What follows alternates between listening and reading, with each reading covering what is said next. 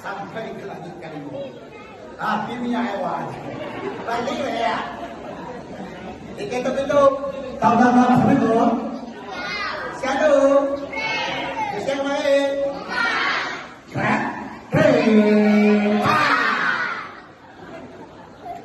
Aku lagi saling ustaz sebelum itu. Nggak bisa menceramah bola. Tapi kan itu di padua balik.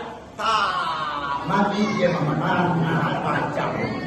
Ternyata Nabi itu tahu siapa-siapa yang bersentuhan kulit dengan Muhammad sudah dipastikan masuk surga.